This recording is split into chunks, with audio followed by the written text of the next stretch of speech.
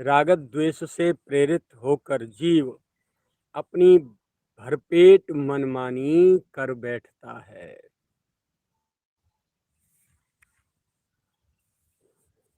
यानी कहने का अर्थ ये है, क्योंकि राग द्वेष ही संसार हैं और राग द्वेष से प्रेरित होकर अनेकों प्रकार के परस्पर एक दूसरे के प्रति व्यवहार अच्छे और बुरे कर करके इतने खाते खोल देता है कि कई कई जन्मों तक वो पूरे नहीं हो पाते, चुक नहीं पाते, बैलेंस ड्यू बना रहता है और बार बार इन्हीं के कारण इस संसार में आना पड़ता है, जाना पड़ता है, जन्म और मृत्यु के चक्कर में पड़ना पड़ता है।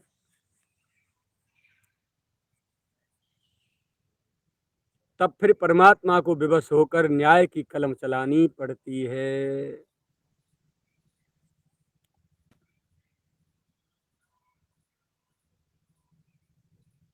इससे जीव जन्म जन्म इसी कर्म बंधन में फंस फंस कर ही मरता रहता है। हम जितने भी प्रेम पथ के पथिक हैं, उन सभी का यही परम कर्तव्य बनता है कि हम किसी के साथ ना तो राग ही करें और ना ही द्वेष ही करें।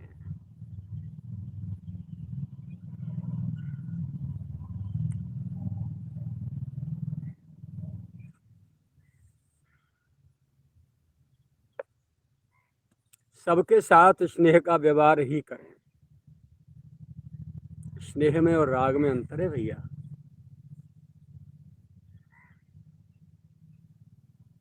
यदि स्नेह का व्यवहार ना भी कर सकें तो भी भले ही ना करें, परंतु इतने बड़े विश्व में द्वेष तो किसी के साथ भी नहीं करना चाहिए, नहीं होना चाहिए।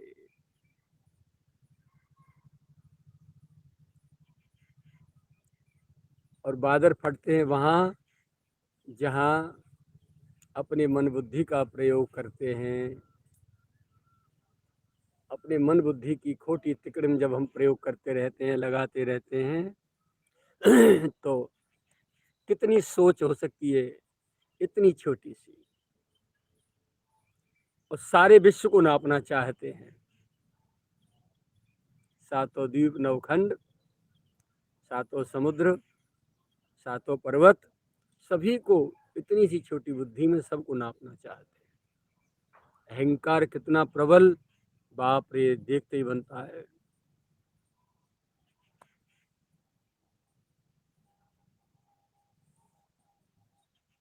महापुरुष डंके की चोट दुहाई दे देकर, नगाड़ा बजा बजा के, दुहाई दे दे के सचेत करते रहते हैं निरंतर, रात दिन। जागो जागो रे दुनिया वालों, जागो जागो रे भैया, जागो।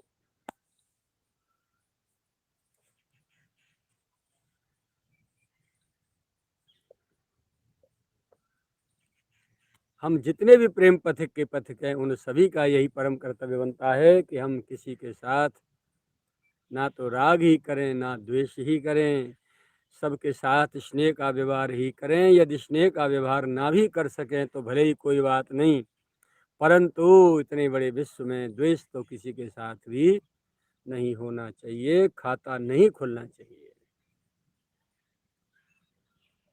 इसकी विशेष सावधानी रखें। राग द्वेष ही संसार है। यदि हम किसी से विरोध करेंगे तो कोई हमसे भी तो करेगा। बस इस प्रकार एक दूसरे से प्रतिशोध लेने देने की को ही बार बार पुनर्जन्मम पुनर्मरणम पुनर्जननी जठरे शयनम, बार बार इस विकृत संसार में जन्म लेते और मरते ही रहेंगे, मरते आए मरते रहेंगे। इसलिए राग द्वेष ही संसार है, न कि किसी वृक्ष समूह या पशु पक्षी समूह या किसी मकानात इमारत या मनुष्य का नाम संसार हो। नहीं नहीं, इसीलिए राग द्वेष आदि से विशेष ही सावधान रहना चाहिए।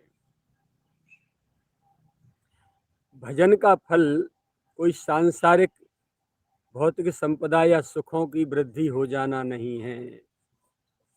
यदि आप भजन कर रहे हैं और फिर आपका संसार बढ़ रहा है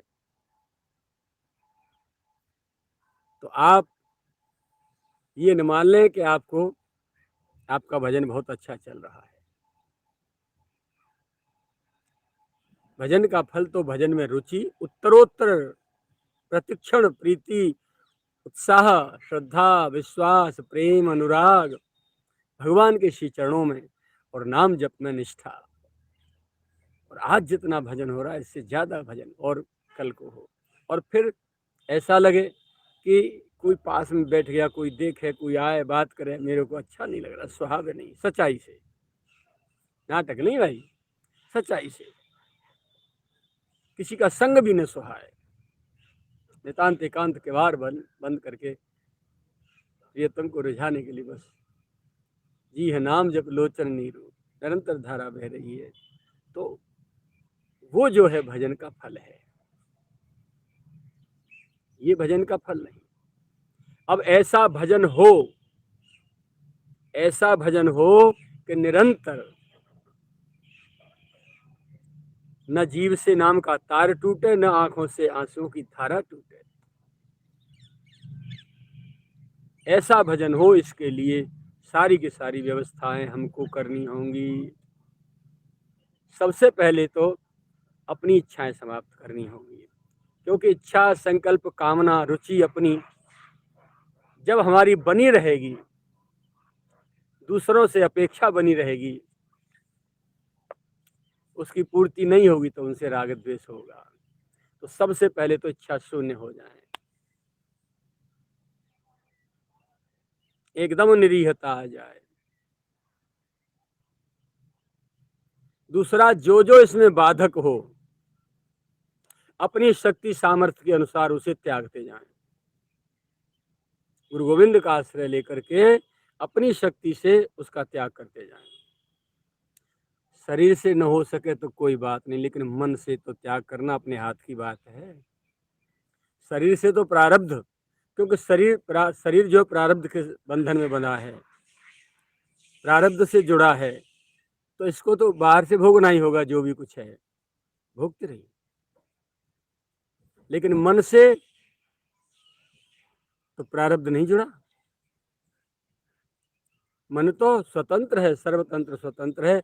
उसे हम चाहे तो गोविंद के चरणों में लगा दें, चाहे तो संसार में लगा दें। इस पे कोई टैक्स नहीं, कोई ब्रेक नहीं, कोई रोक नहीं, और कोई प्रारब्ध का बंधन नहीं। ये हमारी रुचि का बंधन होता है इस पर।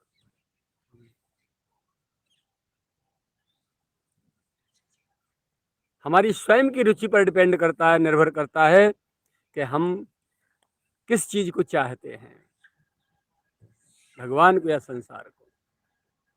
शरीर तो प्रारब्ध से बंधा है, चाहे पुरुष शरीर हो, चाहे नारी शरीर हो, चाहे गरीब हो, चाहे अमीर हो, चाहे किसी भी जाति, चाहे किसी भी देश में हो।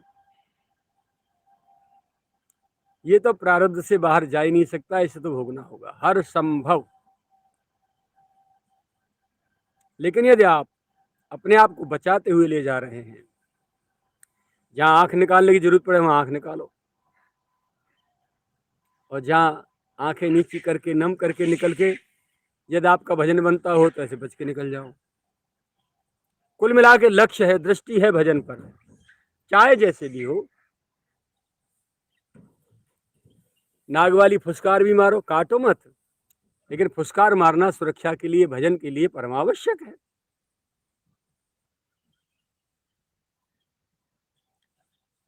ये राग द्वेष में नहीं आएगा। मत कहिए मान लो सर राग द्वेष में आ गए, नहीं। क्योंकि राग द्वेष तो वो है जहां हम दूसरे का हित और अहित सोचते हैं। हित अहित से प्रेरित होकर के जो हम राग द्वेष करते हैं, अच्छा बुरा व्यवहार करते हैं, वो है बंधन कारक। ये नहीं है। हमारा किसी से कोई लेन देन नहीं, किसी को कोई शत्रुता मित्रता नहीं। हमारे भजन में बाधा न हो, इसके लिए हम जो कुछ कर रहे हैं वो राग द्वेष से बाहर है, वो राग द्वेष में नहीं आएगा।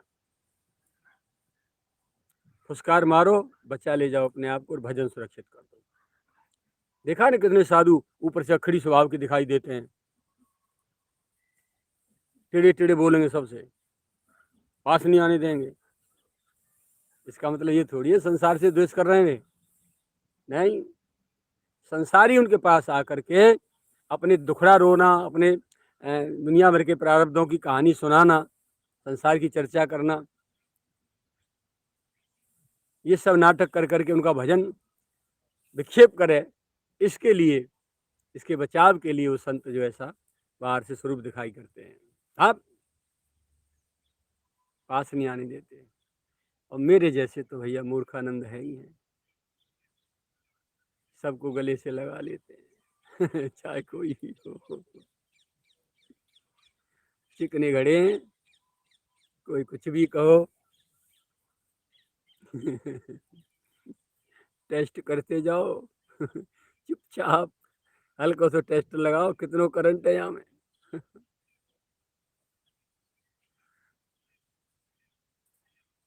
टेस्ट से चेक करते हैं ना, वोल्टेज आ रहे हैं कि नहीं आ रहे हैं बस तो पता चल जाएगी संसार का वोल्टेज है या भक्ति भगवान के भजन का वोल्टेज है।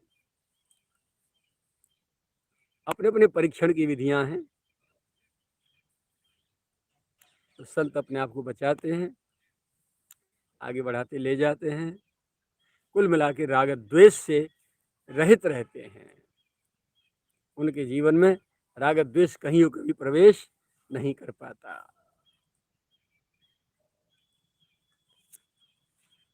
तो भजन का फल कोई भौतिक संपदा का बढ़ जाना नहीं है, अपितु भजन में उत्तरोत्तर रुचि का बढ़ना, तदुपरांत संसार की आसक्ति से मुक्ति होकर शनैः शनैः प्रियतम के श्री चरणों में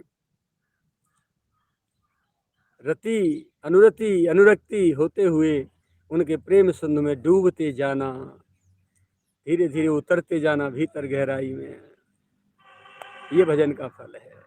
और फिर भजन के सिवाय दूसरी कोई चीज सुहाए ना, ये सच्चा फल है। उस अचिंत प्रेम राज्य में किलोल करना होता है, जहाँ पूर्ण प्रेमाद्वैत अखंड एक रस परमानंद आह्लाद ही आह्लाद रह जाता है। दूसरी वस्तु की जहाँ भूल कर भी स्मृति तक नहीं रह जाती, ब्रेन नेटवर्क छोड़ जाती है, आउट ऑफ रेंज हो जाती है, ये है भजन का सच्चा फल। यदि भजन करके भी ये स्थिति हाथ नहीं लग सकी, संसार की प्रतिष्ठा या भौतिक सुख ही बढ़ते रहे, तो समझ लेना चाहिए कि हमारा भजन बिगड़ गया, बिगड़ता जा रहा है और ये माया ठगनी ने हमारे भजन को लूट लिया, ये लूट ले गई और प्रभु हमसे रूठ गए।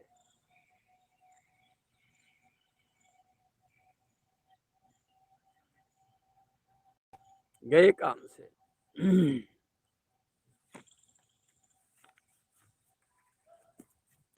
भैया बड़ी बड़ी विभूतियां इस संसार में आई और ये स्वार्थी अहंकारी संसार उन्हें पहचान नहीं पाया। इवन देन परमात्मा भी, भगवान भी बार बार अवतार लेके आते रहे और बार बार हमारे बीच में बैठे रहे, खेलते रहे, खाते रहे, खिलकते रहे, सोते रहे, पर बाहर करमचंद दुर्भाग्य, दुर्भाग्य ने हमारा आज तक पीछा नहीं छोड़ा। वे बार बार अवतार ले लेके आते रहे और हम भी बार बार जन्म ले लेके उनके साथ, उनके समय में भी और उनके बाद भी हम बार बार जन्म मृत्यु के चक्र में पड़े पड़े सब नाटक देख रहे हैं। उसके बाद भी उनकी लीलाओं को सुन भी रहे हैं और पढ़ भी रहे हैं, पर एक एक अक्षर भी, एक अंश भी समझ में नहीं आ रहा। इस दुर्भाग्य का क्या ठिकाना।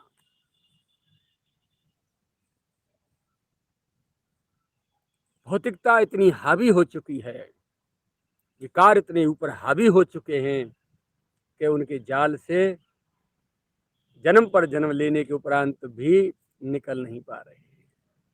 और छोड़ो, संसार में तो विकार और सब ये जाल रहे ही हैं।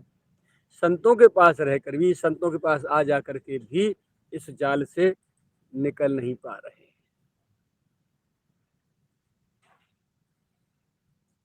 बहुत मुश्किल बन गई। और ये मुश्किल का कारण क्या है? सदगुरु संत की आज्ञा में अपने मन बुद्धि का प्रयोग करना। जो कि त्यों यदि आज्ञा पालन करते चले जाओगे तो एक क्षण भी संसार के लिए आपके पास बचेगा ही नहीं।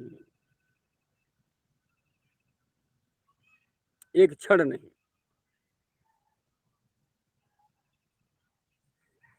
सोचो,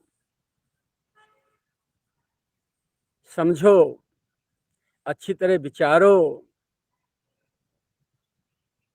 तब कोई कदम उठाओ।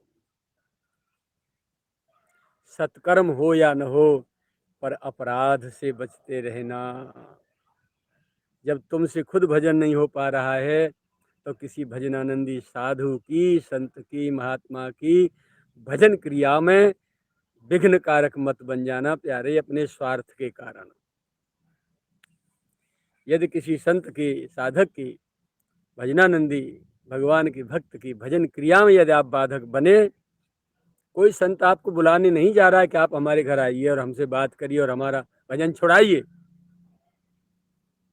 आपकी स्वयं की इच्छाएं, आपकी कामनाएं, आपके स्वार्थ आपको नचा रहे हैं, और जिधर भी आप जाते हैं वहीं आप डिस्टरबेंस कर देते हैं, वहीं आप विक्षेप पैदा कर देते हैं।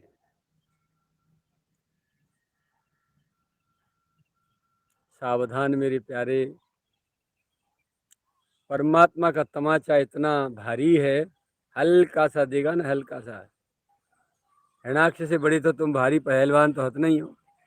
एक थप्पड़ा कनपटी पे पड़ा, उसी में राम राम सत्य हैगी, गोविंदा नमो नमः हो गई उसकी, तो बच नहीं पाओगे। छल करके भले ही तुम कुछ दिन नाटक कर लो, जी लो, पर सच्चाई तो यही है मेरे प्यारे कि जिस दिन वो प्रियतम एक थपाड़ा देगा ना, हाँ, गोविंदाय नमो नमः, खेल खत्म। इसीलिए सावधानी बरतो, जियो और जीने दो। यदि कोई भजन कर रहा है और आपसे भजन नहीं हो रहा है तो उसको विक्षेप करने के लिए मत जाओ, उसके भजन में विघ्न कारक मत बनो। बस अपना भजन बचाना है तो किसी भी तरीके से अपने आप को बचा ले जाओ, चाहे प्यार से, चाहे फटकार से, चाहे पुचकार से, चाहे आंख निकाल के, चाहे आंखें नीची करके।